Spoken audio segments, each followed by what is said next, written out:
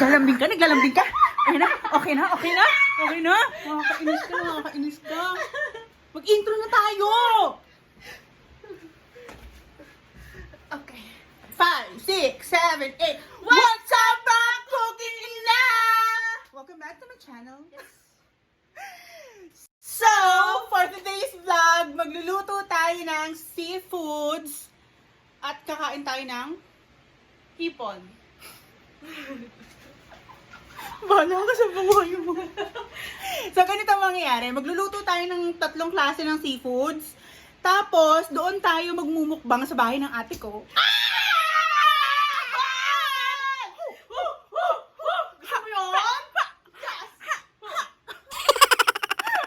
So, okay, alika na. Magluto na tayo! 5, 6, 7, 8, alat na!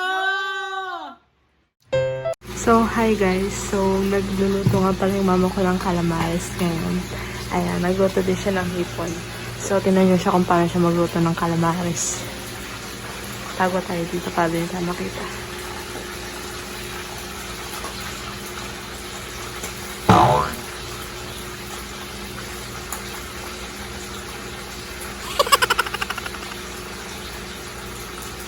Ano ba yan?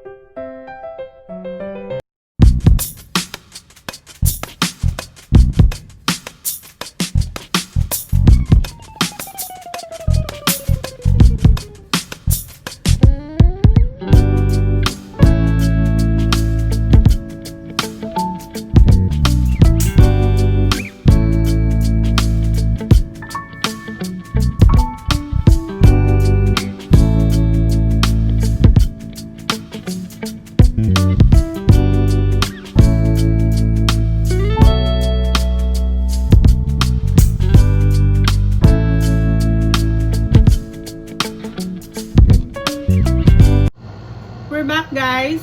Ito na yung mga niluto ko. Tada! So, nagluto tayo ng shrimp salvatore. Ito yung favorite ko and favorite namin. Ayan. Tapos, nagluto din ako ng tahong na may, yung parang tinolang tahong. Yun. Tapos, calamares. Yun. Bonggang calamares. Napakadami. Sa lahat to, uubusin natin to. Sana maubos. Tapos, mag-isa lang ako ngayong magmumukbang dahil emergency, may kailangang gawin si Aya. So, mag-isa lang ako kakain. Tapos, magko-Q&A tayo. Kailangan nating sagutin yung mga pinost ko before na nag-post ako ng mga pwede nilang itanong sa akin. Tapos, sasagutin ko dito sa vlog, sa mukbang. So, let's start! Excited na ako! Excited na ako. So, mag-start tayo dito sa hipon. Sugpo. Yan. Hindi ko pwedeng gamitin yung isa kong kamay.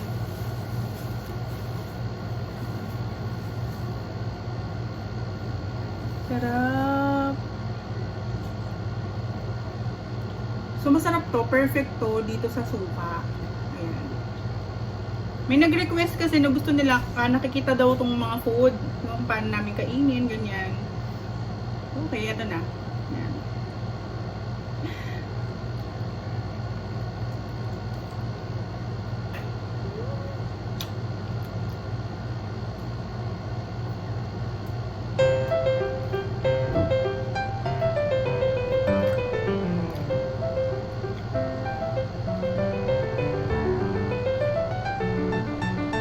Calamari.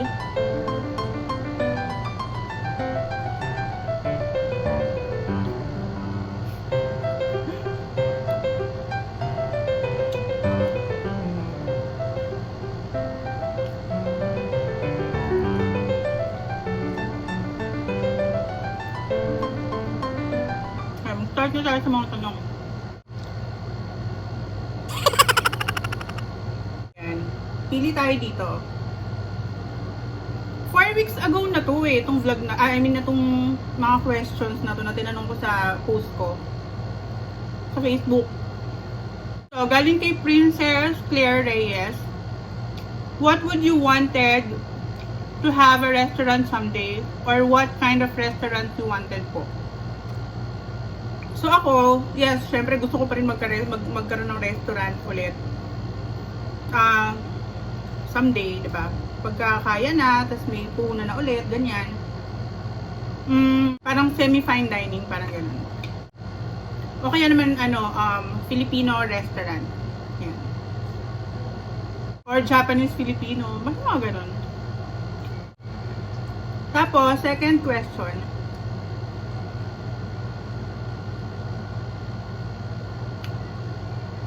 Galing kay Gail Jorda. Ano po dapat ang mauuna kapag nagigisa na? Onion or garlic? Ito guys para sa akin lang to. May iba-iba kasi eh. Siguro depende sa trip mo, pero hindi ko alam kung anong tamang explanation dito, pero ako, inuuna ko yung sibuyas. Kasi, para sa akin, kapag inuna ko yung bawang, dahil mainit, nalaglag. Dahil mainit nga yung mantika mo, so pag nrap mo yung bawang, ginisa mo siya or madali siyang masusunog. Or basta pinaka main reason doon is iniiwasan ko na masunog agad yung bawang. So at least malalaro ko pa kasi yung yung temperature ng or yung pagkakaluto ng sibuyas o bawang. 'Di ba? Kasi pag inuna mo yung bawang, tapos nasunog na siya kagad, ganyan. Mahihirapan ka nang habulin eh kasi papait, 'di ba? Syempre pag nandoon na yung bawang tapos nilagay mo yung sibuyas, so matagal mo pa iluluto din yung sibuyas, so lalo pang masusunog yung bawang mo. So para sa akin sibuyas.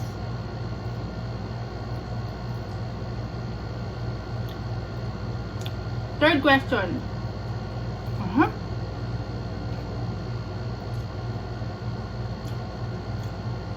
Grabe.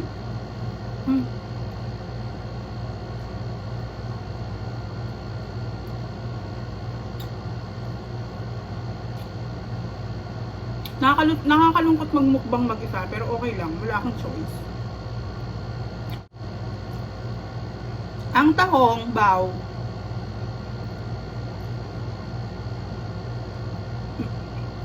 Shoutout nga pala dun sa kaibigan ko si Palaka. Hi Palaka! Sana nandito ka ngayon, kayo nila ate. Kasi gagang yun, dapat doon kami magmumukbang sa bahay nila. And late na nagsabi, 1 PM, hello. Magpe-prepare pa kami and all. Tapos ilalagay ko pa siya sa take-out box. Mag-aayos pa dito sa bahay. Ngarag-ngaragan. Gustong-gusto talagang tinataranta ako lagi eh.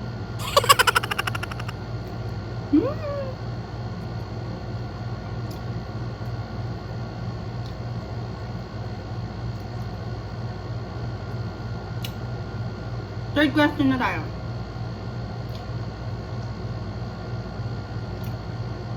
Galing kay Donnie Mark Echanis.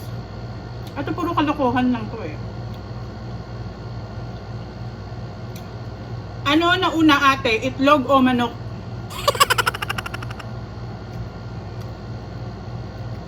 Siyempre manok, no?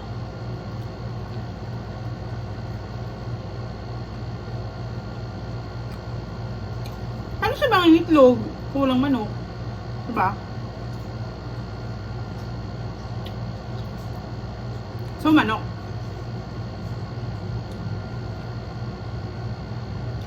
Grabe yung yung calamares. Parang, hindi mo naman.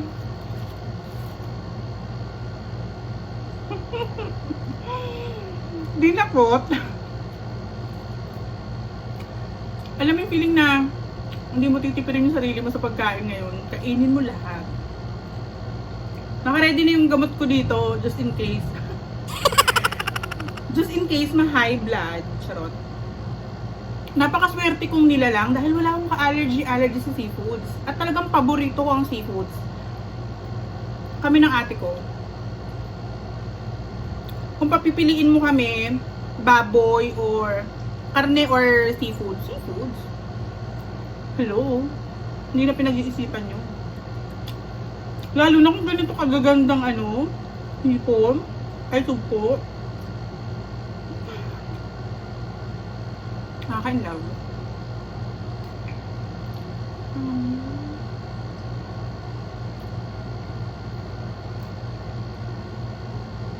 Nakakatamad mag-question yung answer. Sarap kumain.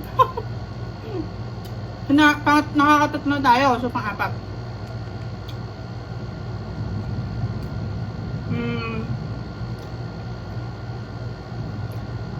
Ito, meron pa. Galing kay Bell Watsons. Sabi niya, you already handled restaurant and home-based operations. Which is difficult to manage and why?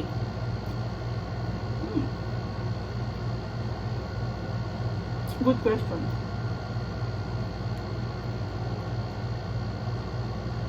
Dati kasi, meron akong kainan.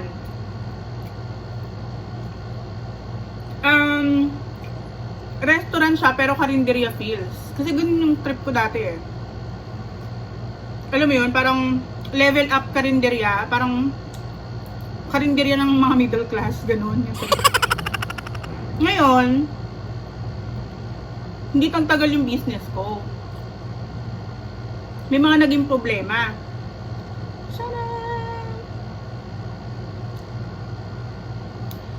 So, sa madaling salita, nalugi, nagsara.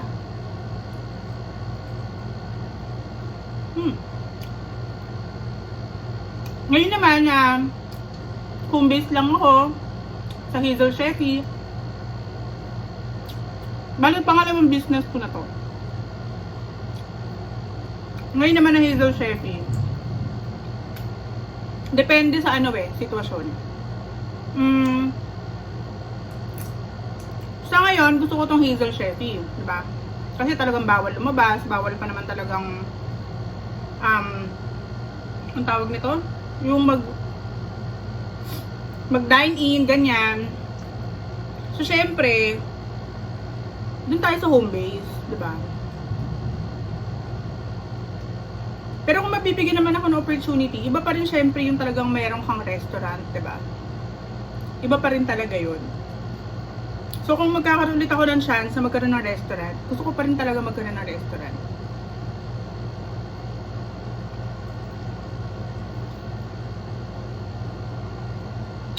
Alam niyo ba guys, kaya ko ubusin lahat to.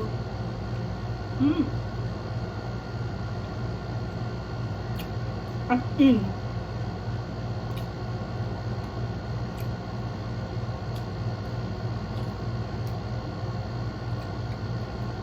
Ganun ako ka-tinik sa hipon.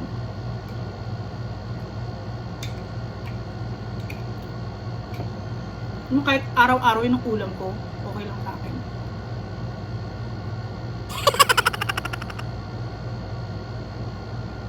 Pinag-PM, hindi ko malala.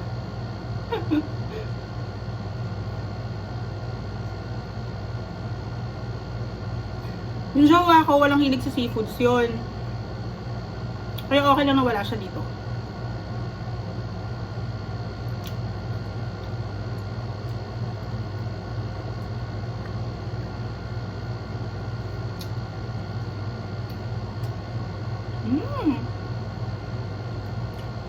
Grabe.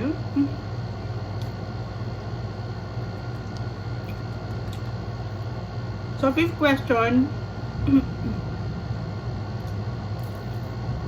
Okay. Galing kay DC Earn. Bakit sa tinola, manok lang ang pwede? Bakit hindi pwede sa baboy? Ganito kasi yan.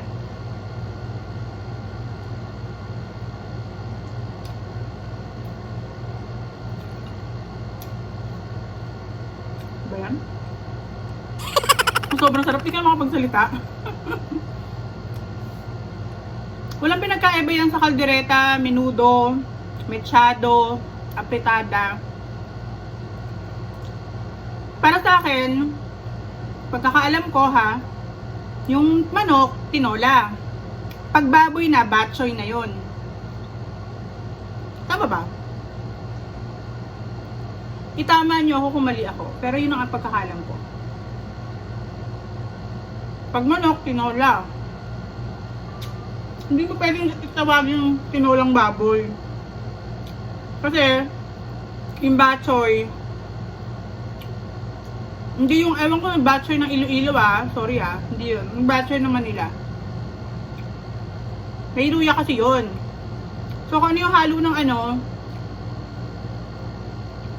yung kung paano niluluto yung manok, ganun din sa bok choy ng ng tinola ng baboy, which is bok choy. Yun. Itama niyo ako kung mali ako. Comment nyo dito.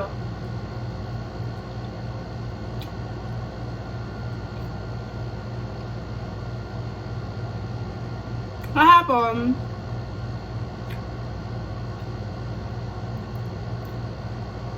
medyo mas madaming daldal ko kaysa sa kain, di ba? Dahil dyan sa Apple serye na yan. Pero ngayon, kakain tayo ng bonggang-bongga.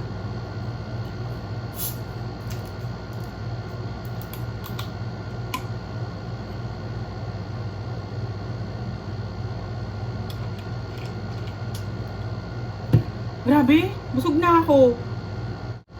Eto, galing kay Regeline Carlos. Can you share some techniques paano po maging masarap yung nagluto?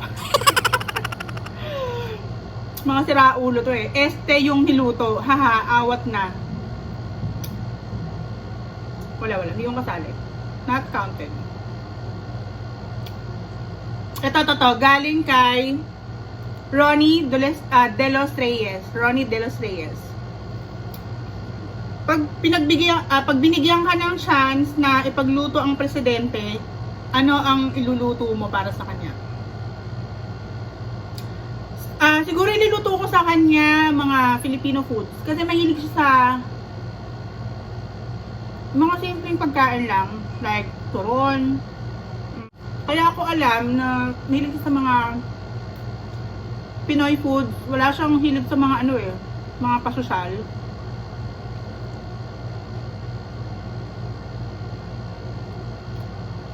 Kasi napanood ko yung sona niya before. So, mahilig siya sa mahilig siya sa mga exotic, ganun. Mahilig din siya sa ganun. Mga exotic foods. Filipino exotic foods. Pero talagang ipagluluto ko sa kanya, syempre yung kare-kare kong with care, di ba? Lalayo pa ba tayo? Ang kare-kare kong may care. Pagluluto ko siya noon, as in talagang bobonggahan ko, syempre. Ayun. Diyos ko, nakakailan na ako. Hindi na mabilang.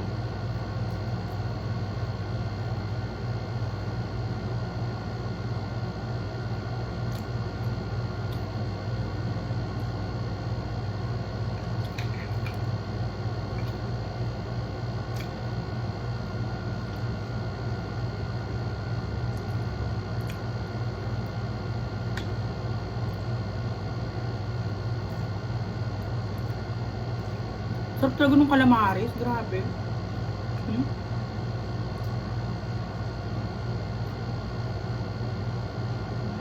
So, malapit na akong matapos kumain.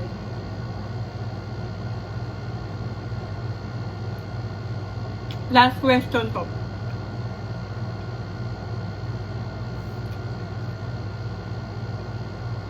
Ito, galing kay Aulin Murada. Kung bibigyan ka ng chance ipagluto ang isa sa mga demonyo mong ex, anong putahe to at bakit? Walang iya ka? Parang kailangan ko mag-isip, no? Ang ipagluluto ko sa kanya, since pagka-special, kare-kare kong may care, Ang iluluto ko naman sa kanya, kare-kare kong walang care. Yung tipong sobrang anghang. Yung talagang halos akala niya hindi maanghang dahil wala namang kare-karing maanghang, diba? So pag subo niya, pak! Lahat na ng klase ng sili ilalagay ko doon. Diba? Parang bitter ko sa part na yun. Kare-kare kong walang care. Because I don't care.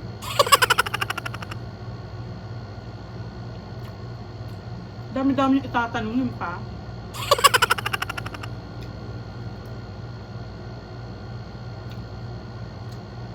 Good na ako. Tapos na ako guys kumain. Ito na guys yung huling subo ko.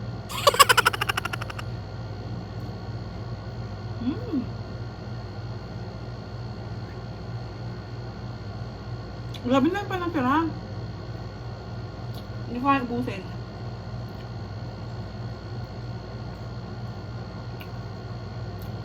Kaya ko ubusin to, itong hipon. Pero hindi isang kainan. Like, mga lunch, tas mama and dinner, yan. Pero ito lahat to, hindi ko kaya. Talo ko. So guys, kung meron pa kayong gustong ipagawa sa akin, kung anong content yung gusto nyo, i-request nyo lang, comment down.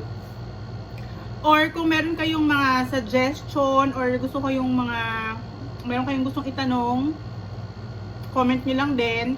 Or pwede nyo ako i-PM sa personal account ko, Hazel Anunuevo. Or pwede rin kayong DM sa akin sa Instagram. So, Hazel Sheffy, or sa I am Hazel New Year, yun. Kasi next time, parang naiisip ko na gusto ko nang gumawa ng mga family vlog, ganyan. Para naman maiba, diba? May kasama pa rin naman pagluluto and tungkol sa pagkain. Pero kasi kung puro pagkain na lang lagi yung content ko, nakakataba. Diba? So gusto ko na siyang haluan ng iba't ibang klaseng content. Actually, nung una, yun naman talaga yung plano ko bago ako mag-start ng channel ko. Pero since gusto ko talaga yung pagluluto, so sabi ko, focus ako sa pagluluto. Pero ngayon naman na kahit pa paano, medyo marami na rin naman ako na-upload na pagluluto ko, ganyan. Try ko naman din yung iba. Tapos, try lang, diba? Ngayon, pag nag-click, edi tuloy-tuloy natin. Pag hindi, di magluto na tayo na magluto. Nabusog ako, promise. Tapos sinisipon ako kasi ang anghang nitong hipon. Subukan nyo to, i-try nyo to. Nakakainis nga kanina, diba, napansin nyo, hindi ko nakunan yung pagluluto ko nitong hipon. Kasi, sa TikTok ko siya ginawa.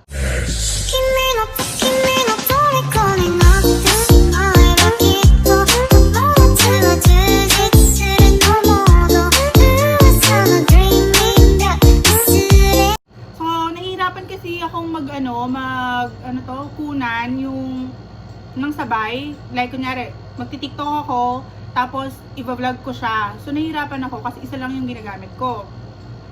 So, baka next time, pagdalawahin ko na. Kaya hindi ko siya nakunan. Sayang. Ang nakunan ko lang itong calamares at saka tahong chi. So, ito wala.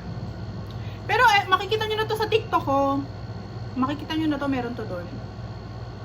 Ito yung pinaka-favorite kong luto ng ng hipon. Kasi nandito na lahat yung tamis, yung alat, yung pagka-creamy niya, yung garlic taste niya, yung pagka-anghang niya, yung pagka-buttery niya, nandito na lahat. Hindi katulad kasi pag buttered garlic prawns, ganyan. Yun lang, 'di ba? Ito kasi iba't ibang dimension na ng pagkain yung malalasahan mo dito. Kaya ito talaga yung pinaka-perfect na gusto kong niluluto pagdating sa hipon. Kasi andito na lahat. Tapos, ano pa ba? May sasabihin pa ba ako?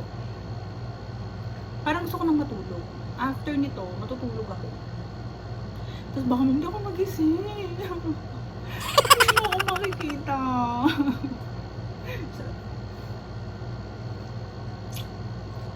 Ano ba bang gagawin ko? So bukas, ayun, bukas abangan nyo. Magbablog ulit ako. Parang daily vlog na tong ginagawa ko, no? Bukas, magbablog ulit kami. Kasi doon naman kami sa bahay ni ate. Magbablog. So, mag-iisip ako ng... mag-iisip ako ng magandang content para bukas. So, thank you guys. Nag-enjoy ako na dumaldal dito habang pinapanood nyo akong kumain. Kahit mag-isa lang ako, okay lang yon. First time to na mag-isa lang ako. Daldal ko lang talaga no? Kahit mag-isa lang ako, daldal ko pa rin. Walang nagbago. So, abangan niyo yung vlog ko tomorrow, okay? So, bye!